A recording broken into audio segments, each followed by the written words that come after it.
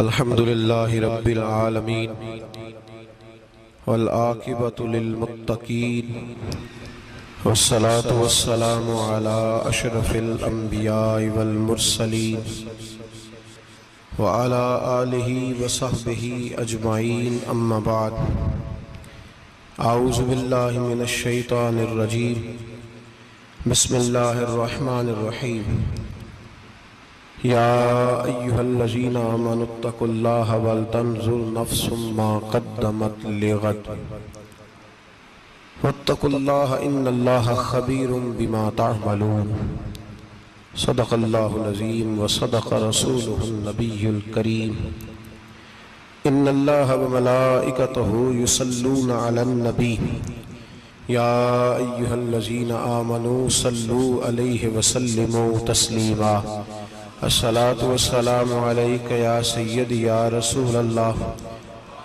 وعلا آلک واصحابک یا حبیب اللہ اللہم صلی علی سیدنا و مولانا محمد معدن الجود والکرم وآلہ وبارک وسلم۔ حمد و صلاة کے بعد اللہ تبارک و تعالیٰ نے قرآن مجید سورۃ الحشر کے اندر ارشاد فرمایا ہے کہ یا ایھا الذین آمنوا اتقوا اللہ، اے ایمان والو اللہ سے ڈرو، وَلْتَنْظُرْ نَفْسٌ مَا قَدَّمَتْ لِغَدٍ، ہر آدمی یہ سوچ لے کہ اس نے اپنے آگے کیا بھیجا ہوا ہے، جو اس نے آخرت کے لیے جمع کرایا ہے وہ کیا ہے، یہ غور کر لے وہ۔ وَاتَّقُوا اللَّهَ، اور پھر ڈر جاؤ اللہ سے، إِنَّ اللَّهَ خَبِيرٌ بِمَا تَعْمَلُونَ، فرمایا تم جتنے مرضی پردے ڈالتے پھرو تمہارے رب کو تمہارے تمام کاموں کی خبر ہے، اسے پتہ ہے تم کیا کرتے، وہ جانتا ہے۔ عزیز دوستو، بزرگوں اور بھائیوں،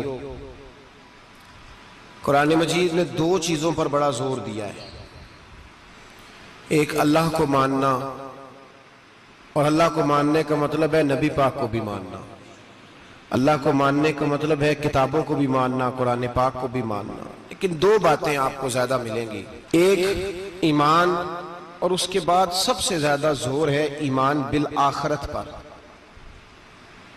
آخرت کو مانو۔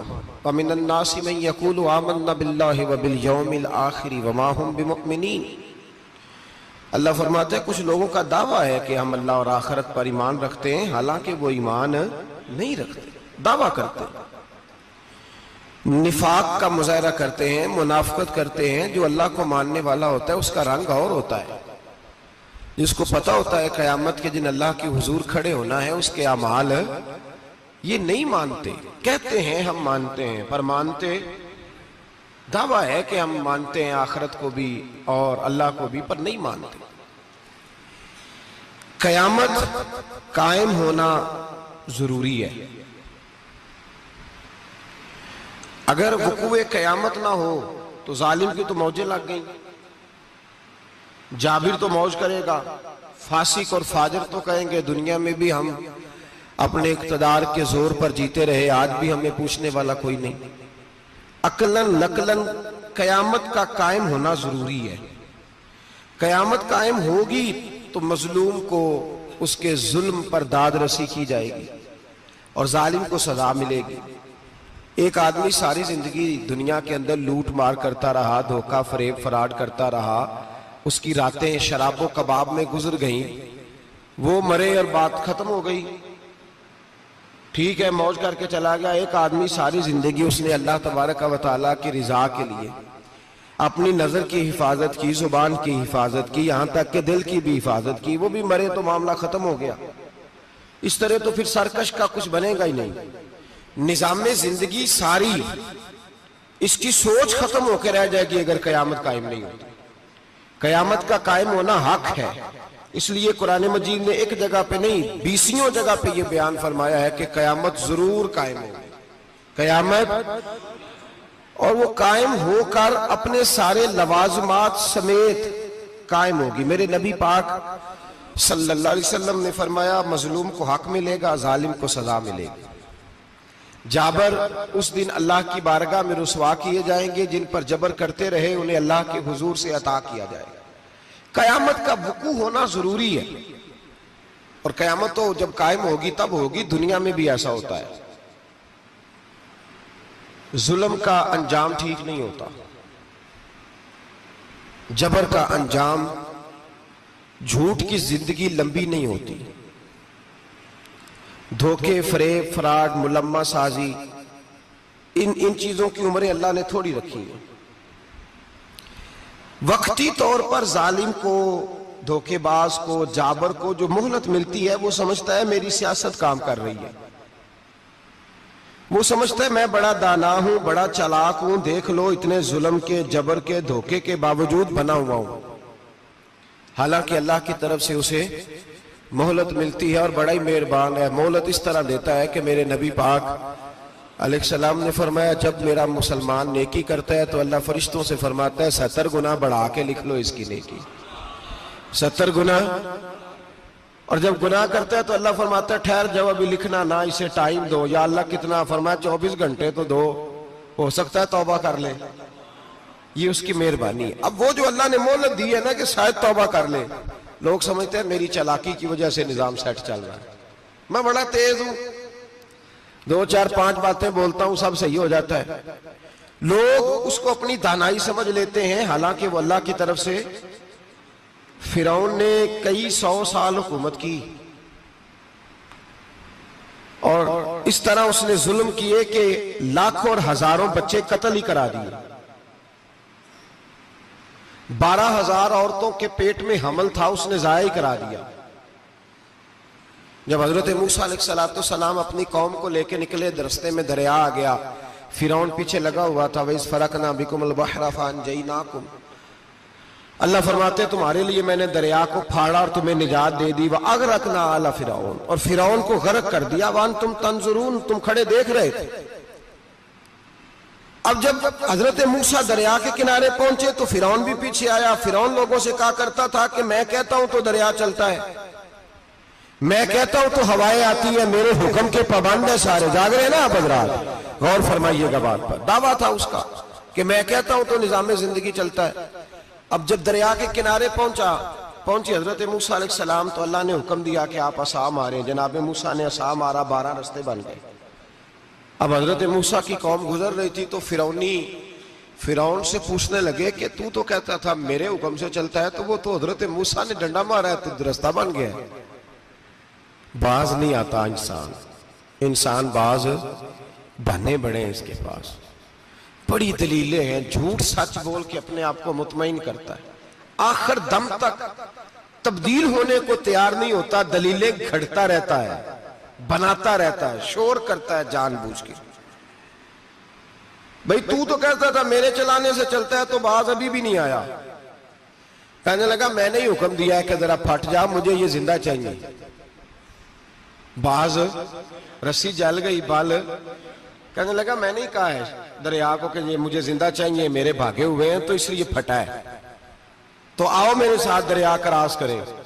تو پتا تو ان کو بھی تھا نا جتنا تو رب بنا ہوا ہے، پتا تو تھا، سارے جانتے تھے۔ کہنے لگے تو پہلے کراس کر، اگر تو بچ گیا تو ہم بھی پیچھے آتے ہیں۔ اب چاروں ناچار۔ ایک روایت تو یہ ہے کہ یہ جب خدائی کا دعویٰ کرتا تھا نا، تخت پہ بیٹھا ہوتا تھا، تو ایک دن حضرت جبریل آئے اس کے پاس انسانی شکل میں،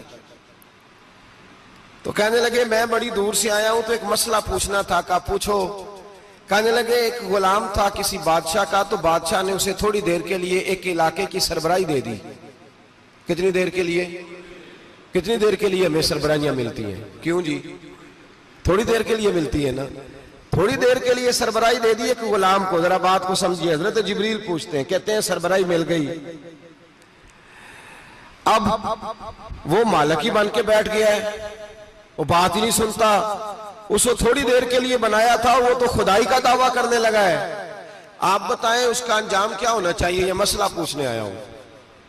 تو فرعون کہنے لگا اس کا انجام یہ ہے کہ اسے پانی میں گھوتے دے دے کے مار دے۔ انجام کیا ہے؟ بولیے کیا انجام ہے؟ کیا انجام ہے جی؟ پانی میں، اللہ اکبر، اپنی سزا تجویز کر رہا ہے۔ اس کی سزا کہ اسے پانی میں گوتے دے دے کے مارو ظالم کو۔ اسے تھوڑی دیر کے لیے بنایا تھا اور وہ چھائی گیا ہے، قبضہ ہی کر گیا ہے۔ حضرت جبریل کہنے لگے جی آپ لکھ کے دے دیں گے؟ کہنے لگا لاؤ لکھ دیتے ہیں. لکھوا لیا. جناب جبریل رکا لے کے تشریف لے گئے. اب جب فرعون دریا میں آیا نا تو اللہ نے حکم دیا مل جا. جب دریا ملا چیخنے لگا تو حضرت جبریل آئے, کہنے لگے تیرا ہی فتویٰ ہے, یہ تیری سزا ہی ہے نا, ہم بھی بڑی سزائیں تجویز کرتے ہیں.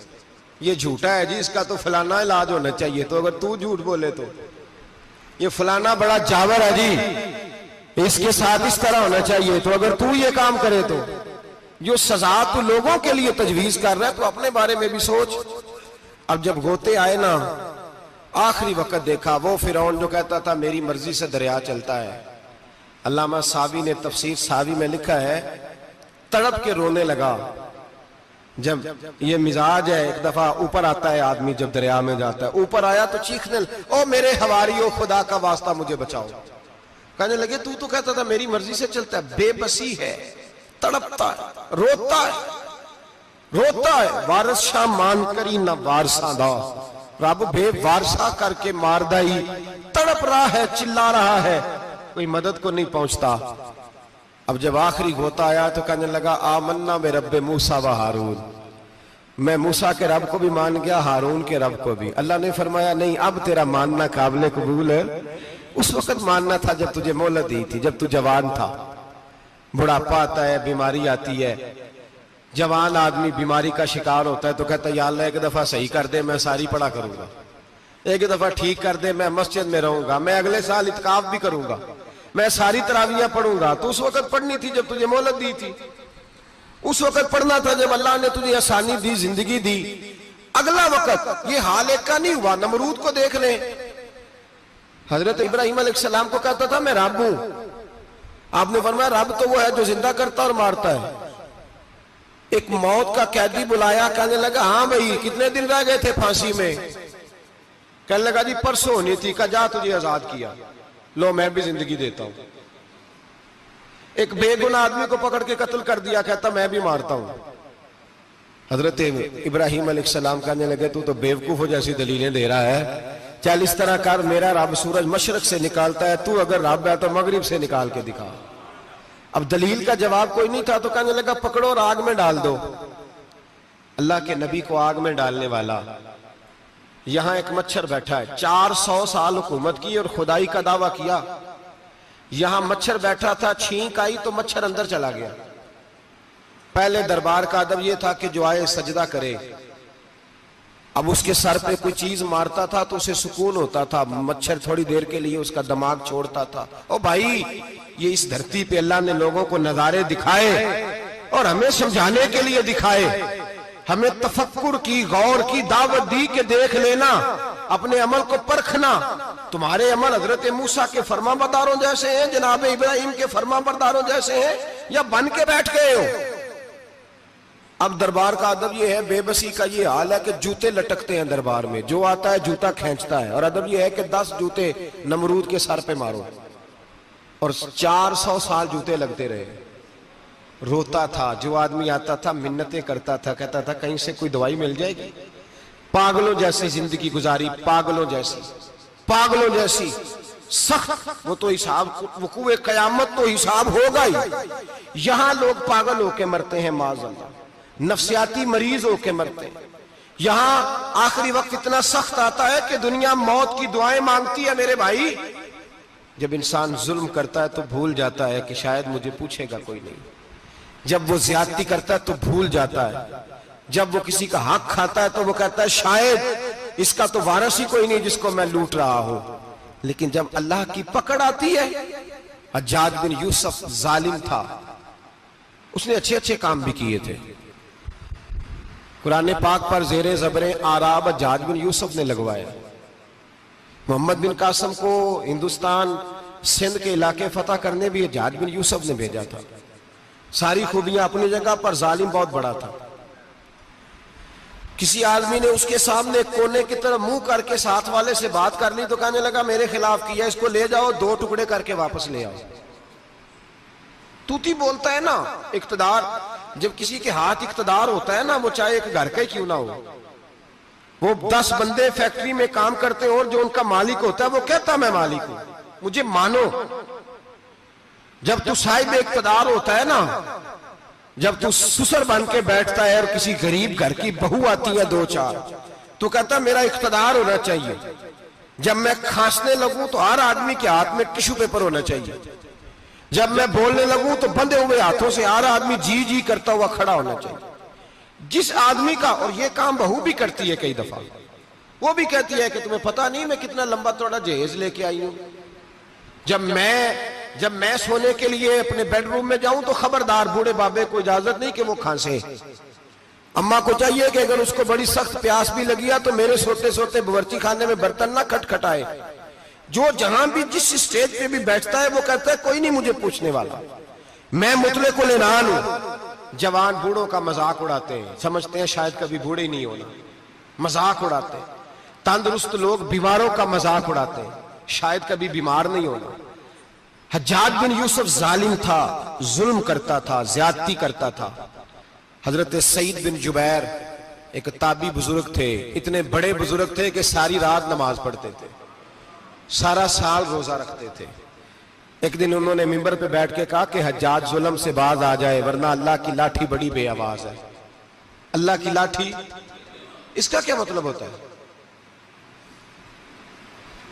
اس کا مطلب ہے جب رب کی لاٹھی چلتی ہے تو اس کی آواز، جی اس کا پہلے کوئی پیغام، وہ پہلے اعلان نہیں کرتا کہ تگڑے ہو جاؤ لاٹھی چلنے لگی ہے. لاٹھی چلتی ہے پر اس کی آواز، سمجھ آ رہی ہے میری بات کی؟ جمعۃ الوداع کے لیے تشریف لانے والے عوام خاص غور فرمائیے گا. حجاج بن یوسف کو پتا چلا کہ حضرت سعید بن جبیر نے میرے خلاف بات کی، بلا لیا. کہنے لگا تو نے میرے خلاف بات کی ہے؟ فرمانے لگے کی ہے. کہنے لگا تجھے پتا ہے میں قتل کر دوں گا؟ آپ فرمانے لگے نہ تو زندگی کا مالک ہے نہ موت کا مالک ہے، تو کیسے قتل کر؟ کہنے لگا تجھے پتا ہے میرا؟ فرمایا میں نے تجھے نہیں، میں نے تو کئی شداد، کئی حماد، کئی قارون، کئی فرعون، کئی نمرود دیکھے، کئیوں کی داستانیں سنی. تو کون ہے؟ تو تو چھوٹا سا ہے. ایک جملہ ہے ملا جلال الدین رومی کا، بڑے درویش تھے، ایک بات کہہ گئے. کہنے لگے نمرود جتنے پیسے نہیں، فرعون جتنی حکومت نہیں، قارون جتنی دولت نہیں، ورنہ فرمانے لگے میرے زمانے میں بھی کئی لوگوں کا خدا بننے کو دل کرتا ہے، کئی لوگوں کا دل کرتا ہے، لیکن نمرود جتنے پیسے، فرعون جتنی طاقت اور قارون جتنی دولت نہیں، ورنہ ہو سکتا ہے لوگ دعویٰ کر جائیں معاذ اللہ ثم معاذ اللہ. یہ آج سے کئی سو سال پہلے وہ کہہ رہے ہیں، آج تو حالات بڑے ابتر ہیں، اس کی نسبت خطرناک. فرمانے لگے حضرت سعید بن جبیر تو زندگی موت کا مالک نہیں. کہنے لگا پکڑو، قتل کرو اسے، لے جاؤ. جب پکڑ کر کھینچ کر لے جا رہے تھے نا تو حضرت سعید بن جبیر مسکرانے لگے. اب ظالم کے سامنے مسکرائے تو اس کو بڑا غصہ آیا، یہ میرا مذاق اڑاتا ہے. بلا لیا، ادھر آؤ، کیوں مسکرا رہے ہو، کیا ہوا؟ تو حضرت سعید بن جبیر کہنے لگے میں مسکرا رہا ہوں تیری بیوقوفی پر اور اپنے اللہ کی دی ہوئی ڈھیل پر. میں مسکرا رہا ہوں کہ یا اللہ کیا بات ہے، کیا تیرا شان ہے، کیسے لوگوں کو ڈھیل دی ہوئی ہے. میں مسکرا رہا ہوں تیری بیوقوفی پر کہ تو سمجھتا ہے شاید مجھے پوچھنے والا کوئی نہیں. کہنے لگا اس کو باہر نہ لے جاؤ، میرے سامنے قتل کرو. ٹھیک ہے جی. قتل کرنے لگے تو حضرت سعید بن جبیر نے منہ کعبے کی جانب کر لیا. انی وجہت وجہی للذی فطر السماوات والارض حنیفا وما انا من المشرکین. جب آپ نے یہ آیتیں پڑھی نا کہ میں نے منہ کر لیا ہے اپنے رب کی جانب، کرو مجھے قتل. کہنے لگا نہیں نہیں، اس کا منہ پھیرو، کعبے کی طرف ہو کے قتل نہ ہو. ہے ظالم پر پاگل ہو گیا ہے. حضرت سعید بن جبیر کے حوصلے نے شکست دے دی، ناکام ہو گیا، مخبوط الحواس ہو. کہنے لگا اس کا منہ پھیر دو. جب کعبے سے پھیرا تو آپ فرمانے لگے للہ المشرق والمغرب فإنما تولى فثم وجه اللہ. اللہ فرماتا ہے تو مشرق اور مغرب سارا ہی اللہ کا ہے، جدھر بھی منہ کرو گے ادھر اللہ ہی اللہ ہے، جدھر بھی منہ کرو گے ادھر اللہ ہی اللہ ہے چاروں جانب. پھیر دے جدھر منہ پھیرنا ہے، تو نے پھیر دیا منہ. حضرت سعید بن جبیر کے گلے پہ خنجر رکھا تو آپ نے ہاتھ اٹھائے، کہنے لگے اے اللہ میرے بعد اسے کسی اور پر مسلط نہ کرنا،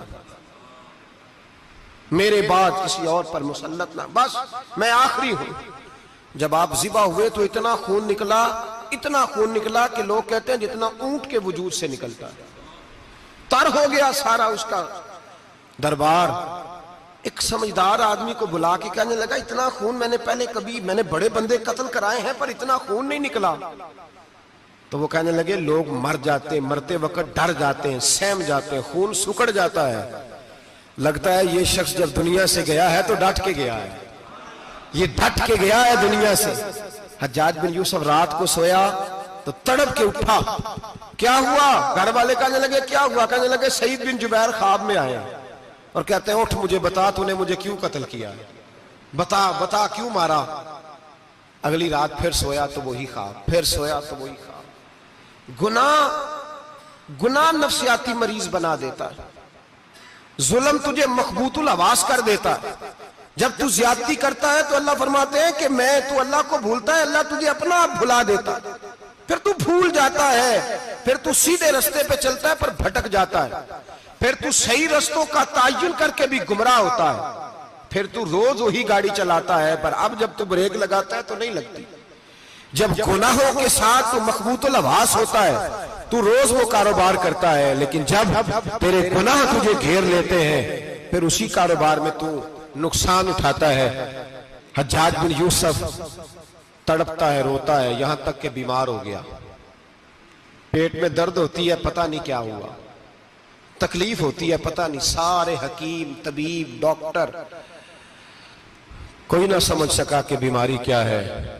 جو بیماریاں خدائی ہوتی ہیں ان کا لوگوں کو پتا، جو آزمائشیں رب کی جانب سے ہوتی ہیں وہ ڈاکٹروں کے ہتھے نہیں چڑھتی.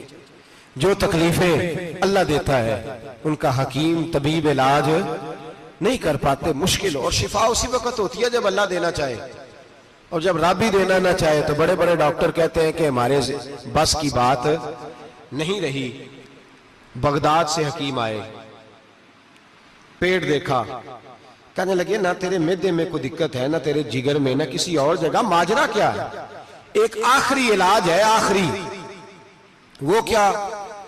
گوشت کا چھوٹا سا ٹکڑا دھاگے کے ساتھ باندھ کے منہ میں ڈالا اور پھر ایک باریک سا تنکا لے کے اس کو اندر ڈالنے لگے گلے میں.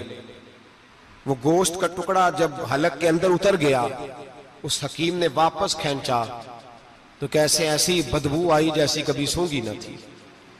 جانور کیڑے مکوڑے لگے ہوئے باہر نکلے اور جب دیکھا تو جتنے محل میں لوگ بیٹھے تھے چلاتے ہوئے نکل گئے کہ یہ کیا مصیبتیں ہیں.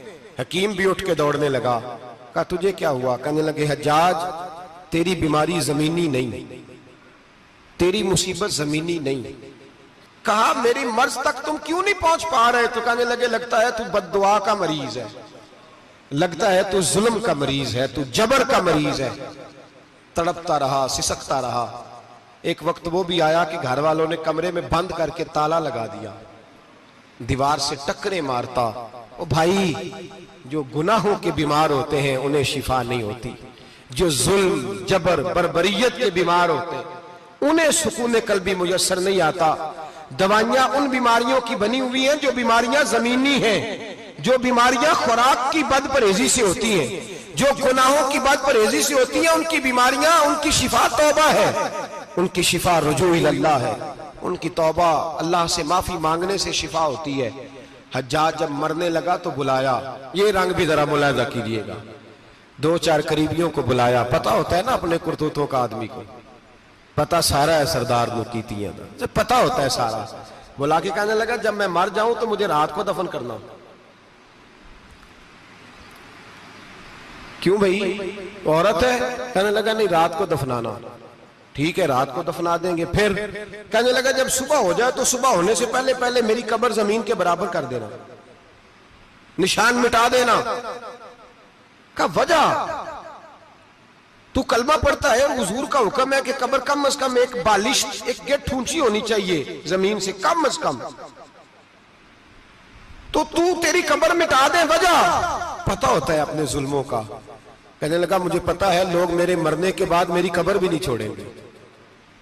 دنیا میں تو میرے جبر کی وجہ سے کوئی آ نہ سکا، لیکن میری قبر بھی لوگ جنازوں میں باتیں شروع کر دیتے.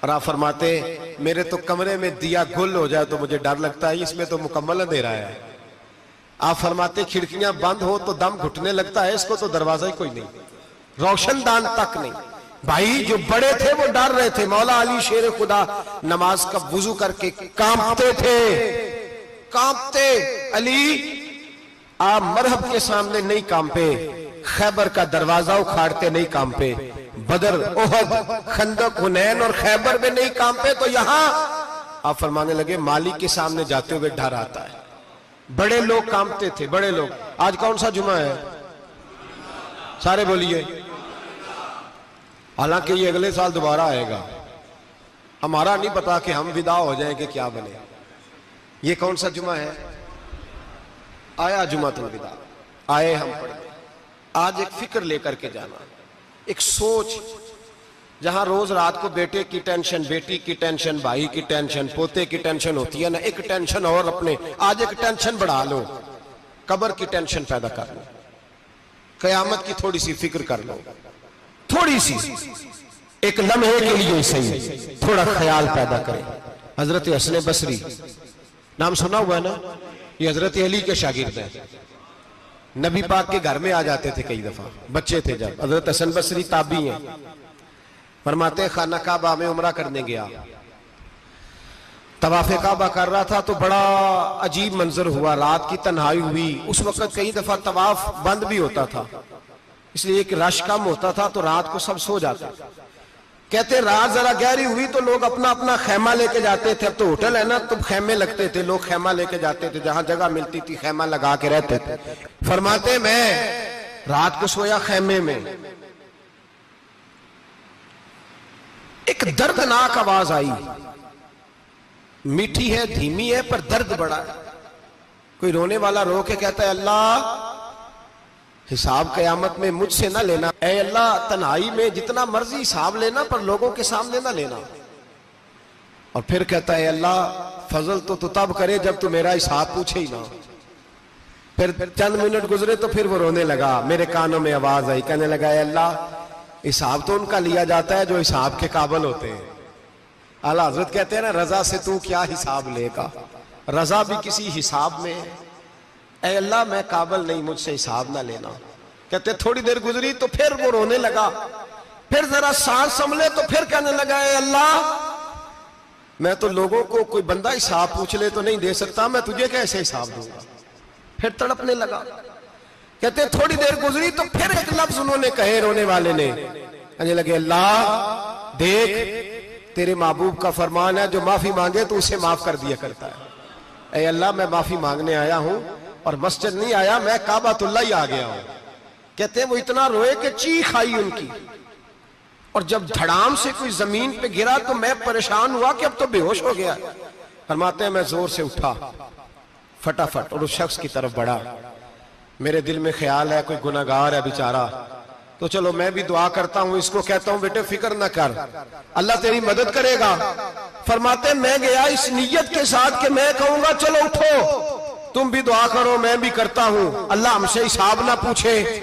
کہتے میں گیا تو وہ شخصیت بے ہوش پڑی تھی، کالے سیاہ بال ان کے چہرے پہ بکھرے ہوئے تھے۔ کہتے لوگوں جب میں نے زلفیں ہٹائیں چہرے سے تو میرا وجود کانپنے لگا آسمان ٹوٹ پڑے گا، زمین پھٹ جائے گی، ستارے بکھر جائیں گے، آج بہ جائیں گے سمندر۔ فرماتے میری چیخیں نکل گئی، یہ کوئی گناہگار تو نہیں، یہ تو حضرت فاطمہ کے پوتے امام زین العابدین ہے، یہ تو امام حسین کا وہ بیٹا ہے جو کربلا میں تنہا بچے تھے۔ فرماتے میں امام کا چہرہ دیکھا تو بھاگ کے آیا اور میں نے اپنی داڑھی ان کے پیروں کے ساتھ مس کی اور میں نے کہا حضور اٹھئے۔ امام اٹھے تو میں نے کہا شہزادے تیرے تو اشارے سے اللہ کئی گناہگاروں کو بخشے گا، تیری تو دعا سے اللہ بخشے گا، یہ کیا کر رہے ہو؟ تو امام زین العابدین کہنے لگے حسن بصری ادھر آ یار، ادھر آؤ بزرگو، میرے دادا کے پاس رہنے والے ہو، میں نے نا آج ہی سنا ہے کہ اس کا عذاب بڑا سخت ہے، آؤ میرے لیے دعا کرو، اللہ پاک مجھ سے حساب نہ پوچھے۔ کہا حضور نہ کریں۔ آپ فرمانے لگے تجھے نہیں پتا تجھے نہیں پتا کچھ چیزیں ایسی ہیں کہ رب نے اگر حساب پوچھا تو میں واقعی جواب نہیں دے پاؤں گا، چل کر میرے لیے دعا۔ کہتے میں نے ہاتھ باندھے، حضور میں نہیں کرتا، اٹھا کہہ۔ فرماتے میں نے ہاتھ اٹھائے، میں نے کہا اے اللہ تیرے رسول کا شہزادہ ہے، یہ تیرے رسول کا شہزادہ ہے، یہ کہہ رہا ہے تو فضل کر۔ او بھائی جو بڑے تھے وہ تو تڑپتے تھے، سسکتے تھے۔ ابو علی ہیتی کہتے خانہ کعبہ میں پتھر پہ سر رگڑ رگڑ کے کوئی بوڑھا کہہ رہا تھا اے اللہ اول تو حساب نہ لینا، اور اگر لینا تو مجھے اندھا کر کے اٹھانا، میں تیرے نیک بندوں کے سامنے شرمندہ نہیں۔ اقبال رو پڑے، اقبال کچھ لوگوں نے لکھا ہے یہ آخری ربائی ہے ڈاکٹر اقبال کی، آخری، اس کے بعد شاید اس نے کلام نے کچھ سیرت نگاروں کا خیال ہے۔ اقبال مدینے کی طرف منہ کر کے کہنے لگے تو غنی از ہر دو عالم من فقیر، اللہ تو غنی ہے میں تو فقیر ہوں، روز محشر عذر ہائے من پذیر، اے اللہ اول تو میرا کوئی عذر قبول کر لینا محشر کے دن، اور اگر نہ کرنا ہوا اگر تمہیں بینم حسابم نہ گزیر، اگر ضرور ہی میرا حساب لینا ہے، اے اللہ اگر تو نے ضرور لینا ہے، اے اللہ اگر ضرور ہی لینا حساب، اول تو میرا عذر مان لینا، میری کمزوری پہ رحم کرنا، اے اللہ میرے بڑھاپے پر میری کمزوری پر رحم کرنا، اگر ضرور حساب لینا ہے از نگاہ مصطفیٰ پنہا بغیر، تو اے اللہ ذرا حضور کی نگاہوں سے اوجھل کر کے لینا، اے اللہ مجھے شرم آئے گی۔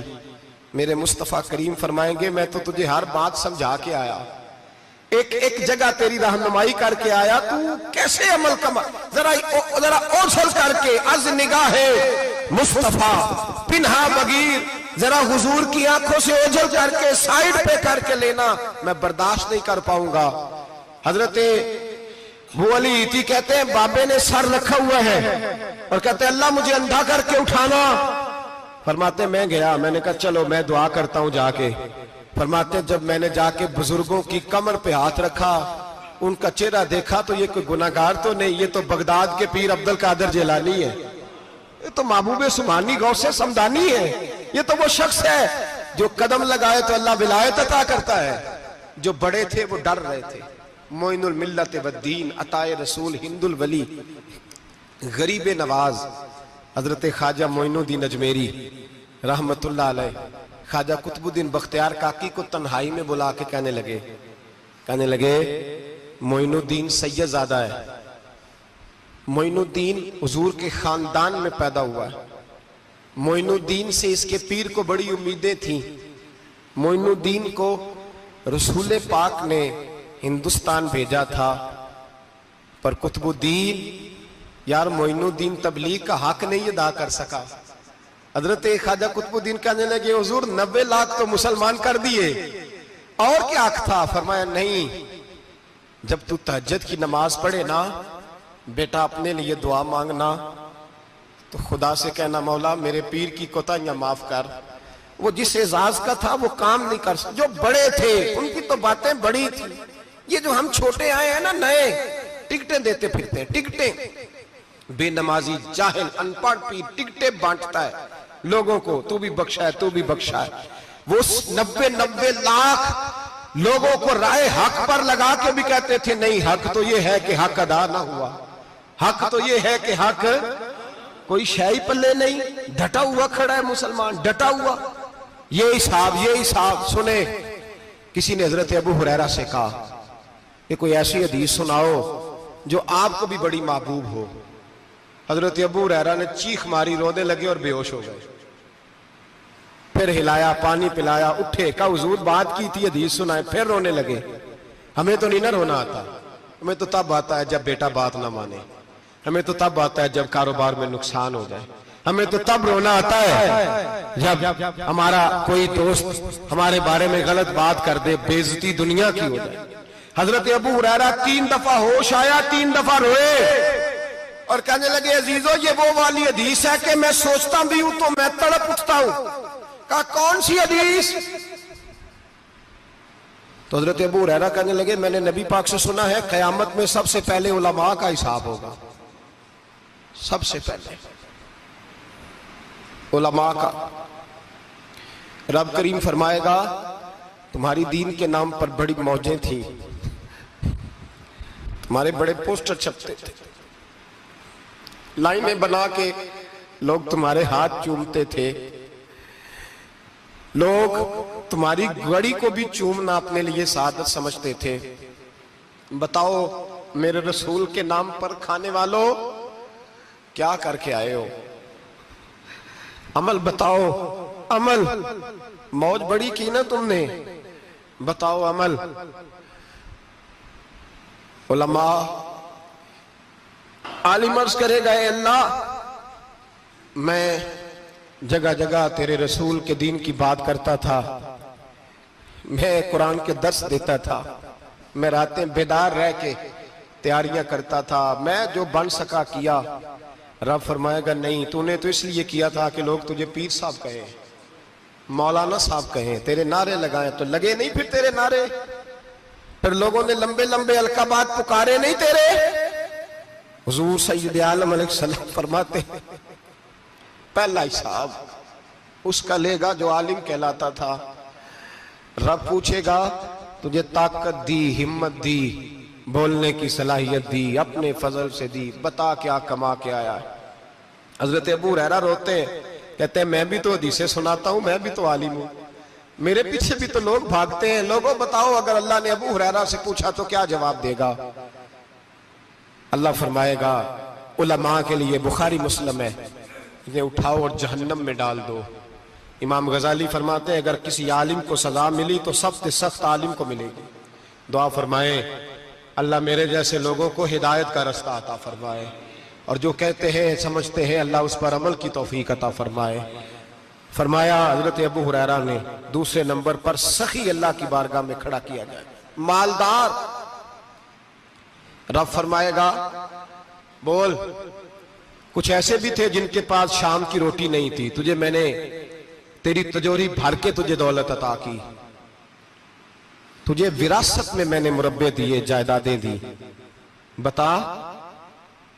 وہ کچھ وہ تھے سویرے مزدوری کرنے جاتے تھے، کما کے لاتے تھے، ہزاروں روپیہ تیری بینک میں پڑا تھا، بتا کیا کیا تو نے؟ اے اللہ میں نے مسجد میں دیے، مدرسے میں دیے، 30 دن افطاریاں پکاتا رہا۔ اللہ فرمائے گا تو جھوٹ بولتا ہے، تو سارا کچھ اس لیے کرتا تھا کہ لوگ تجھے سخی کہے۔ ہاں ہاں تیرا اعلان ہوا مسجد میں، لوگوں نے کہا وہ دیکھو کتنے پیسے دے رہا ہے، اس کا وہ دیکھو نام لکھا ہوا ہے ہسپتال کے ایک کونے میں کہ یہ والا بلاک فلاں سیٹھ صاحب نے بنایا، یہ دیکھو لکھا ہوا ہے کہ یہ کمرہ مدرسے کا اس نے بنایا، تو لکھ دیا گیا، نعرے لگ گئے، اب جا دوڑ جا۔ اللہ جہنم میں پھینک دے گا۔ فرمایا پھر شہید کھڑا کیا جائے گا، ہاں بھئی تجھے طاقت دی، ہمت دی، بتا کہاں خرچ کی، کہاں؟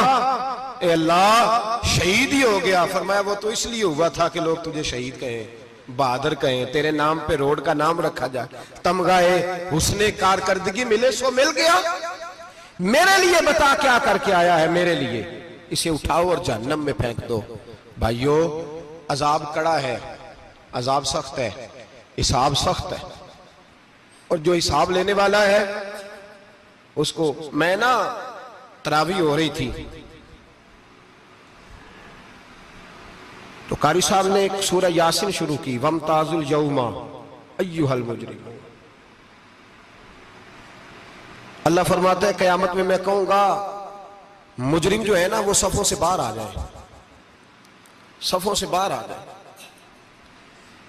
ایک ہمارے فزکس کے ٹیچر ہوتے تھے تو بڑی سخت چھڑی مارتے تھے، تو جب وہ قد بھی بڑا تھا، جلال بھی بڑا تھا، اور اصول بڑے اچھے انسان تھے لیکن سخت تھے، تو مجھے یاد آتا تھا کہ جب وہ سویرے آ کے کہتے جس نے کام نے لکھا وہ باہر نکل آئے،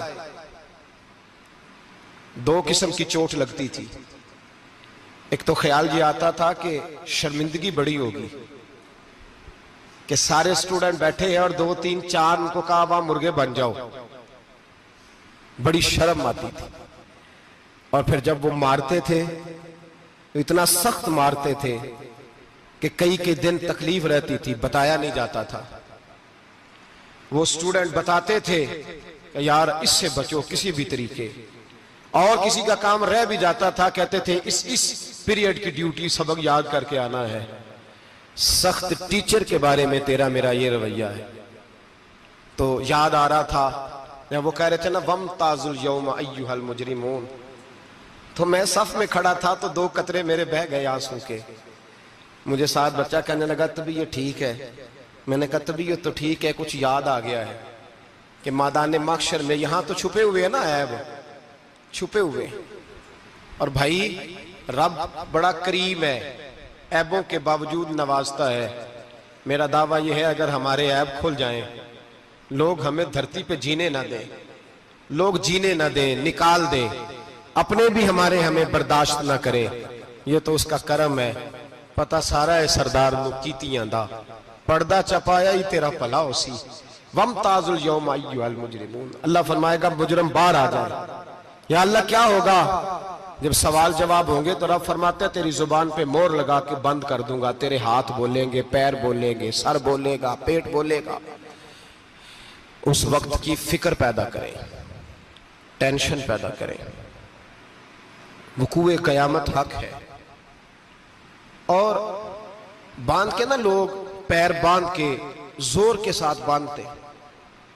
سگا بیٹا جب قبر میں دفن کرتا ہے نا تو وہ بھی کہتا ہے وہ کونا, یہ کونا تھوڑا سا مٹی کم ہے, یہاں بھی مٹی ڈالو. پہلے لوگ روزانہ جاتے ہیں, پھر ہفتے کے بعد, پھر مہینوں بیت جاتے ہیں. کچھ قبریں ایسی بھی ہیں جن پہ کھڑے ہوں تو لگتا ہے قبریں رو رہی ہیں اور کہتی ہیں جاؤ میرے گھر والوں سے جا کے کہو کوئی پھیرا ہی لگا جائے. وہ ایک دفعہ آئے تو صحیح, کوئی مٹی نہیں ڈالتا. بادشاہوں کی قبریں روتی ہیں, سرمایہ داروں کی قبریں روتی ہیں, کوئی جاتا نہیں. اتنے موٹے سوراخ ہے قبروں میں, آپ اپنے شہر کے قبرستان پھر کے دیکھ لیں, سوراخ ہے. او بھائی حضرت مولا علی شیر خدا قبرستان گئے تو پہلے رونے لگے, پھر کہنے لگے قبروں والوں کیا حال ہے تمہارا؟ تو آپ فرماتے ہیں مردہ مجھے اندر سے بول کے کہنے لگا علی کفن پھٹ گیا, ہڈیاں ٹوٹ گئی, مال تو دے آئے تھے وارثوں کو پر حساب ہمیں دینا پڑ رہا ہے, تو بتا پیچھے کیا حالات ہیں؟ تو حضرت علی کہنے لگے تمہاری بیویوں نے اور نکاح کر لیے, تمہارے دوستوں نے نئے دوست بنا لیے, تمہاری اولادوں نے تمہارے بغیر جینا سیکھ لیا, تمہاری جائیدادیں بٹ گئیں, تمہارا پیسہ تقسیم ہو گیا. پہلے تو کوئی تمہارا نام لیتا تھا, اب تو تمہارا ذکر ختم ہو گیا. اب تو 1-2 نسل تک تمہارا ذکر تھا, اب تو تمہیں یاد ہی کوئی نہیں کرتا. کہتے ہیں لوگ یہاں کوئی رہا کرتا تھا, یہاں کوئی ہوا کرتا تھا, اب تو تم قصہ پارینہ, قصہ ماضی ہو گئے.